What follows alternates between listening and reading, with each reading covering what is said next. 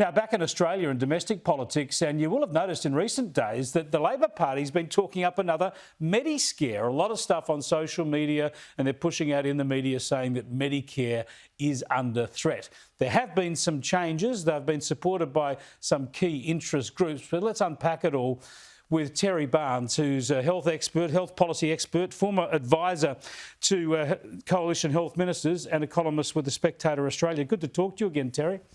G'day, Chris. First up, just unpack for us these changes to the Medicare lists that I notice some of the health insurance funds and medical groups have supported.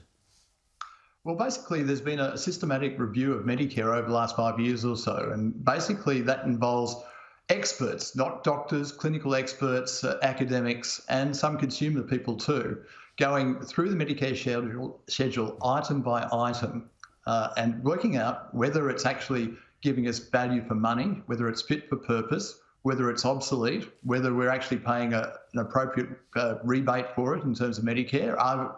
Have the things improved since the item was put there in the first place to mean that effectively doctors are profiting because it's a lot cheaper to actually do the service than it actually is being paid for. And now this has been going right through the schedule, but it's the last big tranche of them is these 900 surgical or surgical-related items that the AMA has been getting a bit upset about in the last few days, where effectively they're saying, well, look, these relate to surgery, these relate to private health insurance. If basically the government takes these Medicare rebates away or cuts them back, then you're going to be paying more for your surgery, more for your operations, more for your things that go with it, which it's funny, actually, but because the AMA at one side is saying, well, look, this is all justified, it's all been done by experts, because it's certainly not done at the ideological whim of the Morrison government. It's interesting, but you've got to make these changes. You've got to make these changes all the time because the medical procedures and the cost of them do change quite rapidly, actually. I just want to start showing some of the stuff up on screen of what Labor's been putting out, because they've been turning this into a Medi-scare. The Liberals want you to pay more for the health care you need. This is an Anthony Albanese tweet. They've been pushing out a lot of this sort of information. And Terry, you're saying that there's probably enough change going on to give an element of truth to these sorts of campaigns.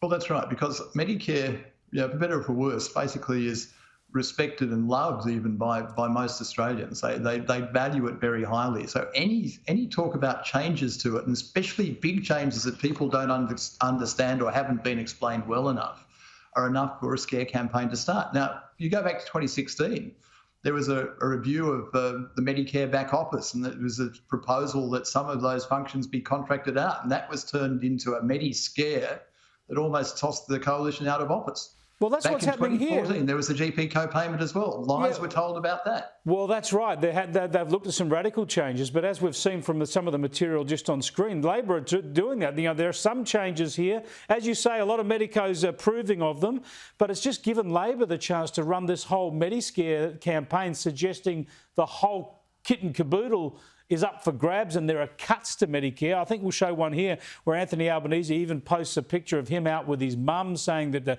Medicare was fantastic for his mum. She's no longer with us, but it was great for his mum, and she'd be horrified to think that Medicare was under threat. Is there any evidence from these changes, Terry, that there are cuts to Medicare or an attempt to dismantle Medicare?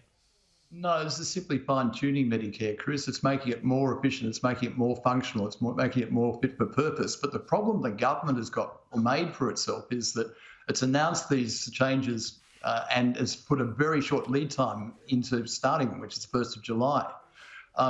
They haven't really thought about how they're selling it. And Greg Hunt, who's usually a great micromanager, I think has had a bit of other things on his plate, like a pandemic, and hasn't really thought about how this is actually being explained and sold.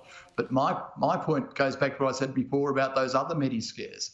It doesn't take much to start one because people care about Medicare so much. So if Greg Hunt, if Scott Morrison don't get on top of this and start explaining it and start implementing it in a timed and measured way, and they don't have to do it on the 1st of July, they can give it more time, they can actually do it and bring people along and explain to people that Medicare is not ending tomorrow. I mean, Labor is turning this into a scare campaign because they've done it twice. They think they can do it a third time, and really, they don't really have much else to run on. You're dead right, Terry. That's very, very good advice for them, and I'm certain they'll be listening. Thanks for joining us.